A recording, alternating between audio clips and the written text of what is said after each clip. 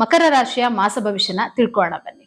Ma'am, ಇಷ್ಟೊತ್ತು ಧನಸ್ಸು ರಾಶಿಯ ಮಾಸ ಭವಿಷ್ಯ ತಿಳಿಸ್ಕೊಟ್ರಿ. ಮುಂದಿನ ರಾಶಿ ಮಕರ ರಾಶಿ ಇದೆ. ಮಕರ ರಾಶಿಯ ಮಾಸ ಭವಿಷ್ಯ ಬಗ್ಗೆ ತಿಳಿಸ್ಕೊಡಿ ಮ್ಯಾಮ್. ಖಂಡಿತವಾಗ್ಲು ನೋಡಿ, ಮಕರ ರಾಶಿಗೆ ಅಧಿಪತಿ ಆಗಿರೋದು ಶನಿಗ್ರಹ. ಶನಿಗ್ರಹ ಇವರ 3ನೇ ಮನೆಯಲ್ಲಿ ಸಂಚಾರ ಮಾಡ್ತಿದ್ದಾನೆ. ಅಂದ್ರೆ ಆಲ್ರೆಡಿ ಇವಾಗ ಮಕರ ರಾಶಿಯವರಿಗೆ ಏನು 7.5 ಬಿಟ್ಟಿದೆ, ಸ್ವಲ್ಪ ರಿಲ್ಯಾಕ್ಸ್ ಆಗಿದೀವಿ ಅಂತ ಅನ್ಕೊಂತಿದ್ದಾರೆ. ಮತ್ತೆ ಬೇರೆ ತರ ಕಷ್ಟನೂ ಅನ್ಭೋಗಿಸಿದ್ದಾರೆ. ಮತ್ತೆ 7.5 ಇದ್ರಲ್ಲಿ ಏನ್ ಪ್ರಭಾವ ಬೀರ್ತು ಅಂತ ನನಗೆ ಗೊತ್ತಿಲ್ಲ.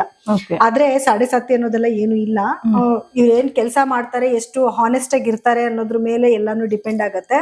ಆದ್ರೆ ಇವ್ರಿಗೆ 3ನೇ ಮನೇಲಿ ಶನಿಗ್ರಹ ಸಂಚಾರ ಮಾಡ್ತಿರೋದ್ರಿಂದ ಇವ್ರ ತಮ್ಮ ತಂಗಿ ಆತರ ಇವ್ರಿಗಿಂತ ಚಿಕ್ಕವ್ರು ಯಾರಾದ್ರೂ ಇದ್ರು ಅಂತಂದ್ರೆ ಅವ್ರ ಆರೋಗ್ಯದಲ್ಲಿ ಸ್ವಲ್ಪ ಏರುಪೇರು ಆಗ್ಬೋದು, ಅಥವಾ ಅವ್ರ ಜೊತೆ ಇವ್ರಿಗೆ ರಿಲೇಶನ್ಶಿಪ್ ಅಲ್ಲಿ ಸ್ವಲ್ಪ ಸಮಸ್ಯೆಗಳು ಬರಬಹುದು. ಅಂದ್ರೆ ಸ್ವಲ್ಪ ಮಾತ್ ಬಿಡೋದು, ಸ್ವಲ್ಪ ದೂರ ಇರೋದು, ಈ ರೀತಿ ಸ್ವಲ್ಪ ಆಗತ್ತೆ. ಇನ್ನು ಸ್ನೇಹಿತರು ಯಾರನ್ನ ಇದ್ರೆ ಸ್ನೇಹಿತರು ಅಷ್ಟೇನೆ ತುಂಬಾ ಚೆನ್ನಾಗಿರ್ತಾರೆ, ಒಂದ್ ಸ್ವಲ್ಪ ದಿವಸದಲ್ಲಿ ಆಗ್ಲೇ ಅವ್ರ ಜೊತೆ ಮಾತ್ ಬಿಟ್ಬಿಟ್ಟಿರ್ತಾರೆ. ಈ ರೀತಿ ಸ್ವಲ್ಪ ವೇರಿಯೇಷನ್ಸ್ ಆಗ್ತಾನೆ ಇರುತ್ತೆ. ಇನ್ನ ಸ್ವಲ್ಪ ಧೈರ್ಯವಾಗಿ ಎಲ್ಲ ಡಿಸಿಷನ್ ತಗೊಂತಾರೆ, ಕೆಲ್ಸಗಳು ಮಾಡ್ತಾರೆ. ಇಷ್ಟ ದಿವಸ ಸ್ವಲ್ಪ ಹಿಂಜರಿಕೆ ಏನಿತ್ತು, ಅಯ್ಯೋ ನಂಗೆ 7.5 ಇದೆ, ಈ ಕೆಲಸ ಮಾಡ್ಲಾ ಬೇಡವಾ ಅಂತ ಬೈದಲ್ಲೇ ಇವ್ರು ಕಾಲ ಕಳೀತಿದ್ರು. ಇವಾಗ 7.5 ಮುಗ್ದಿದೆ, ಕೆಲಸ ಮಾಡೋಣ ಅನ್ನೋ ತರ ಮೈಂಡ್ ಸೆಟ್ ಆಗ್ಬಿಟ್ಟಿರ್ತವ್ರಿಗೆ. ಸೊ ಕೆಲ್ಸಗಳನ್ನ ಮಾಡ್ಬೋದು, ಧೈರ್ಯವಾಗಿ ಕೆಲಸ ಮಾಡ್ತಾರೆ. ಮತ್ತೆ ಯಾರ ಹತ್ರ ಮಾತಾಡ್ಬೇಕು ಅಂದ್ರೆ ಧೈರ್ಯವಾಗಿ ಹೋಗಿ ಅವ್ರ ಹತ್ರ ಮಾತಾಡೋದು, ಇದೆಲ್ಲಾನು ಕೂಡ ಇವ್ರಿಗೆ ಆಗ್ತಾ ಹೋಗುತ್ತೆ. ಇನ್ನು ಮುಖ್ಯವಾಗಿ ಏನಂತಂದ್ರೆ ಇವ್ರಿಗೆ 16ನೇ ತಾರೀಕಿನ ನಂತರ ಇವ್ರಿಗೆ ಸಾಕಷ್ಟು ಗ್ರಹಗಳು ಇವರ ಲಗ್ನದಲ್ಲೇ ಅಂದ್ರೆ ಇವರ ರಾಶಿನಲ್ಲೇ ಪ್ರವೇಶ ಮಾಡುತ್ತೆ. ಇಷ್ಟು ಅಂದ್ರೆ 16ನೇ ತಾರೀಕಿಗೆ ಮುಂಚೆ 12ನೇ ಮನೇಲಿ ಸಂಚಾರ ಮಾಡೋದ್ರಿಂದ ಸ್ವಲ್ಪ ಏನು ಖರ್ಚು ಜಾಸ್ತಿ ಆಗ್ತಾ ಇರುತ್ತೆ. ಅನಿರೀಕ್ಷಿತವಾದ ಖರ್ಚು, ನಿದ್ದೆನಲ್ಲಿ ತುಂಬಾನೇ ಡಿಸ್ಟರ್ಬೆನ್ಸ್ ಇರುತ್ತೆ. ಅವ್ರಿಗೆ ನಿದ್ದೆ ಮಾಡಕ್ ಆಗೋದಿಲ್ಲ. ಇಲ್ಲ ಲೇಟ್ ನೈಟ್ ಮಲಗ್ತಾರೆ, ಅಥವಾ ಮಲ್ಕೊಂಡ್ರು ಕೂಡ ಮಧ್ಯದಲ್ಲಿ ಅವಾಗ ಎದ್ದೊಳೋದು, ಏನೋ ಆಲೋಚನೆ ತಲೆನಲ್ಲಿ ಬರುವಂತದ್ದು. ಸ್ವಲ್ಪ ಆರೋಗ್ಯದಲ್ಲೂ ಸಮಸ್ಯೆ ಬರುತ್ತೆ, ಹೀಟಿಗೆ ಸಂಬಂಧಪಟ್ಟಿರುವಂತದ್ದು, ಅಥವಾ ಹೆಣ್ಮಕ್ಳಾಗಿದ್ರೆ ಯೂಟ್ರಸಲ್ ಪ್ರಾಬ್ಲಮ್ ಬರೋದು. ಈ ರೀತಿ ಸ್ವಲ್ಪ ಸಮಸ್ಯೆಗಳನ್ನ ಇವ್ರು ಎದುರಿಸಬೇಕಾಗಿ ಬರುತ್ತೆ. ಯಾಕಂದ್ರೆ 12ನೇ ಮನೆಯಲ್ಲಿ ಸಾಕಷ್ಟು ಗ್ರಹಗಳ ಸಂಚಾರ ಇರೋದ್ರಿಂದ. ತದನಂತರ ಇವರ ರಾಶಿಗೆ ಪ್ರವೇಶ ಮಾಡಿದ್ಮೇಲೂ ಕೂಡ ನಾನು ಆಗ್ಲೇ ಹೇಳಿದ್ನಲ್ಲ, ಸ್ವಲ್ಪ ಡಿಸ್ಟರ್ಬೆನ್ಸ್ ಆಗ್ತಾರೆ.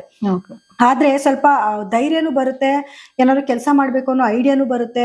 ಬೇಗ ಎಲ್ಲ ಕೆಲಸಗಳನ್ನ ಮುಗಿಸ್ಕೊಳ್ಳೋಣ, ಏನಾದ್ರು ಮಾಡೋಣ, ಅಥವಾ ಆಲೋಚನೆ ಇವಾಗ ಅಯ್ಯೋ ಸುಮ್ನೆ ಕುತ್ಕೊಂಡು ಟೈಮ್ ವೇಸ್ಟ್ ಮಾಡ್ತಿದ್ದೀನಲ್ಲ, ಏನಾದ್ರು ಪ್ರಯತ್ನ ಮಾಡೋಣ, ನಂಗೂ ಒಂದ್ ಒಳ್ಳೆ ಟೈಮ್ ಬರ್ತಾ ಇದೆ, ಅಥವಾ ಒಂದೊಳ್ಳೆ ಟೈಮ್ ಬಂದಾಗ ಏನಾದ್ರು ಒಂದು ಸ್ಟಾರ್ಟ್ಅಪ್ ಮಾಡೋಣ ಅನ್ನೋಂತ ಒಂದು ಮೈಂಡ್ ಸೆಟ್ ನ ಅವರು ಶುರು ಮಾಡ್ಕೊಂತಾರೆ. ಆದ್ರೆ ಹೀಟಿಗೆ ಸಂಬಂಧಪಟ್ಟ ಸಮಸ್ಯೆಗಳಾಗತ್ತೆ, ಸ್ವಲ್ಪ ವರ್ಕ್ ಪ್ರೆಷರ್ ಕೂಡ ಇವ್ರಿಗೆ ಜಾಸ್ತಿ ಆಗತ್ತೆ.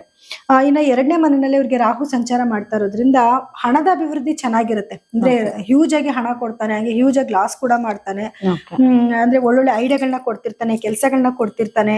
ಆದ್ರೆ ಇವ್ರು ಕೇರ್ಫುಲ್ ಆಗಿರ್ಬೇಕು. ಯಾವಾಗ ಇನ್ವೆಸ್ಟ್ಮೆಂಟ್ ಮಾಡ್ತೀನಿ ಅಂತ ಬಂದಾಗ, ಅಥವಾ ಯಾರಿಗಾರು ದುಡ್ಡು ಕೊಡ್ತಾ ಇದ್ದಾರೆ, ಹಣಕಾಸಿನ ವ್ಯವಹಾರ ಮಾಡ್ತಿದ್ದಾರೆ ಅಂದ್ರೆ ತುಂಬಾ ಕೇರ್ಫುಲ್ ಆಗಿರ್ಬೇಕು.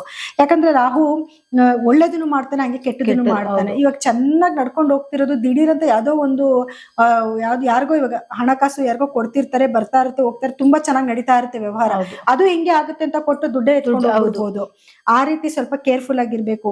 ಏನಾದ್ರೂ ಹಣದ ವ್ಯವಹಾರ ಮಾಡ್ತಿದ್ದೀರಾ ಅಂದ್ರೆ ಎಲ್ಲಾ ಪೇಪರ್ಸ್ ನ ಚೆಕ್ ಮಾಡಿ ಮುಂದಕ್ಕೆ ಹೋಗೋದು ತುಂಬಾ ಒಳ್ಳೇದು. ಅದೊಂದು ಸೇಫರ್ ಸೈಡ್ ಅಂತ ಹೇಳ್ಬೋದು. ಇದೇ ರೀತಿ ಫ್ಯಾಮಿಲಿ ಒಳಗಡೆ ಏನಾಗುತ್ತೆ, ಇವ್ರು ಸ್ವಲ್ಪ ರ್ಯಾಶ್ ಆಗಿ ಮಾತಾಡೋದು, ಬಾಯಲ್ಲಿ ಏನೇನ್ ಮಾತು ಬರುತ್ತೆ ಅಂತ ಇವ್ರಿಗೆ ಅರ್ಥ ಆಗಲ್ಲ ಕೋಪ ಬಂದಾಗ. ಈ ರೀತಿ ಸ್ವಲ್ಪ ಸಮಸ್ಯೆಗಳಾಗತ್ತೆ ಇದರಿಂದ.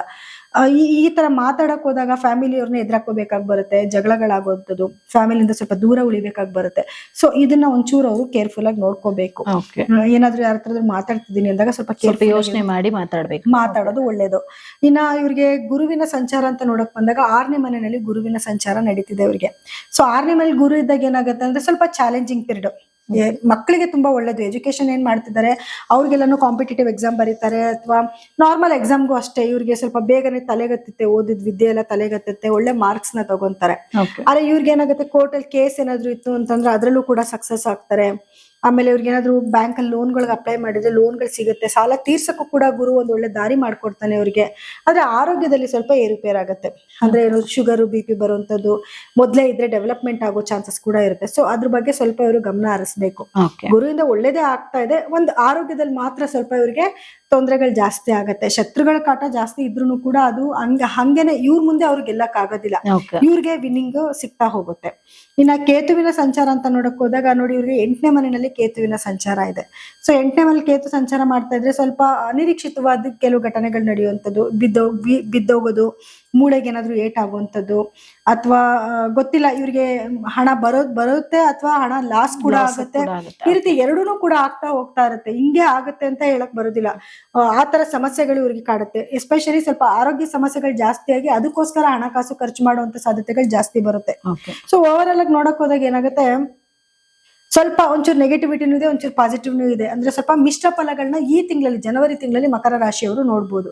ಸೊ ಹಾಗಂತ ಅಯ್ಯೋ ನಮ್ಗೆ ಈ ತರ ಆದ್ರೆ ನಾವೇನಪ್ಪಾ ಮಾಡೋದು ಅಂತ ಯೋಚನೆ ಮಾಡೋ ಅವಶ್ಯಕತೆ ಇಲ್ಲ. ಪರಿಹಾರವಾಗಿ ಏನ್ ಮಾಡ್ಕೋಬೇಕು ಅಂತಂದ್ರೆ, ಪ್ರತಿ ಶನಿವಾರ ದಿವಸ ಸಾಯಂಕಾಲದ ನಂತರ ಸ್ವಲ್ಪ ಇವ್ರು ಯಾರಿಗಾದ್ರೂ ದಾನ ಧರ್ಮ ಮಾಡೋದು, ಏನ್ ಬೇಕಾದ್ರೂ ಕೊಡ್ಬೋದು. ಅಕ್ಕಿ ಬೇಳೆ ಕೊಡ್ಬೋದು, ಅಥವಾ ಬಟ್ಟೆ ಕೊಡ್ಬೋದು. ಯೂಸ್ ಮಾಡಿರೋ ಬಟ್ಟೆ ಅಲ್ಲ, ಹೊಸ ಬಟ್ಟೆನೆ, ಕಪ್ಪು ಬಣ್ಣದ ಬಟ್ಟೆನ ಯಾರಿಗಾದ್ರು ದಾನ ಮಾಡೋದು. ಅಂದ್ರೆ ನಿರ್ಗತಿಕರಿಗೆ, ಅಥವಾ ಮೆಡಿಸಿನ್ ತಕ್ಕೊಡೋದು, ಅಥವಾ ಸ್ವೆಟರ್ ಕೊಡೋದು, ಕಂಬಳಿ ಕೊಡೋದು. ಈಗ ಒಂದು ಒಳ್ಳೆ ಚಳಿಗಾಲ ಬೇರೆ, ಸೊ ಯಾರಿಗಾದ್ರೂ ಪಾಪ ವಯಸ್ಸಾದಂತವ್ರಿಗೆ ಸ್ವೆಟರ್ ಕಂಬಳಿಗಳನ್ನ ಕೊಡ್ಸಿದ್ರು ಕೂಡ ಅದರಿಂದನೂ ಇವ್ರಿಗೆ ಪುಣ್ಯ ಬರುತ್ತೆ. ಸೊ ಇದನ್ನ ಮಾಡ್ಕೊಳ್ಳೋದ್ರಿಂದ ಶನೇಶ್ವರನ ಒಂದು ಅನುಗ್ರಹ ಆಗುತ್ತೆ. ಯಾಕಂದ್ರೆ ರಾಶಾಧಿಪತಿನೇ ಆಗಿರೋದ್ರಿಂದ ಶನೇಶ್ವರಿಗೆ ಇನ್ನೊಂದೇನು, ಕೆಲಸನ ಸ್ವಲ್ಪ ಹಾನೆಸ್ಟ್ ಕೆಲಸ ಮಾಡ್ಬೇಕಾಗತ್ತೆ. ಎಷ್ಟು ನಿಯತ್ತ ಕೆಲಸ ಮಾಡ್ತಾರೋ ಅಷ್ಟೇ ಅವ್ರಿಗೆ ಒಳ್ಳೇದಾಗತ್ತೆ. ನೋಡಿ, ಉದ್ಯೋಗಸ್ಥರಿಗೆ ಕೆಲವು ಪ್ರಮೋಷನ್ಸ್ ಕೂಡ ಆಗುತ್ತೆ. ಯಾಕಂದ್ರೆ 6ನೇ ಮೇಲೆ ಗುರು ಸಂಚಾರ ಇರೋದ್ರಿಂದ ಪ್ರಮೋಷನ್ ಆಗೋದು, ಅಂದ್ರೆ ವರ್ಕ್ ಪ್ರೆಷರ್ ತುಂಬಾ ಜಾಸ್ತಿ ಇರುತ್ತೆ, ಬಟ್ ಪ್ರಮೋಷನ್ ಆಗುತ್ತೆ. ಇವ್ರು ಮಾಡೋ ಕೆಲಸನ ಕೂಡ ಅವರು ಗುರುತಿಸ್ತಾರೆ.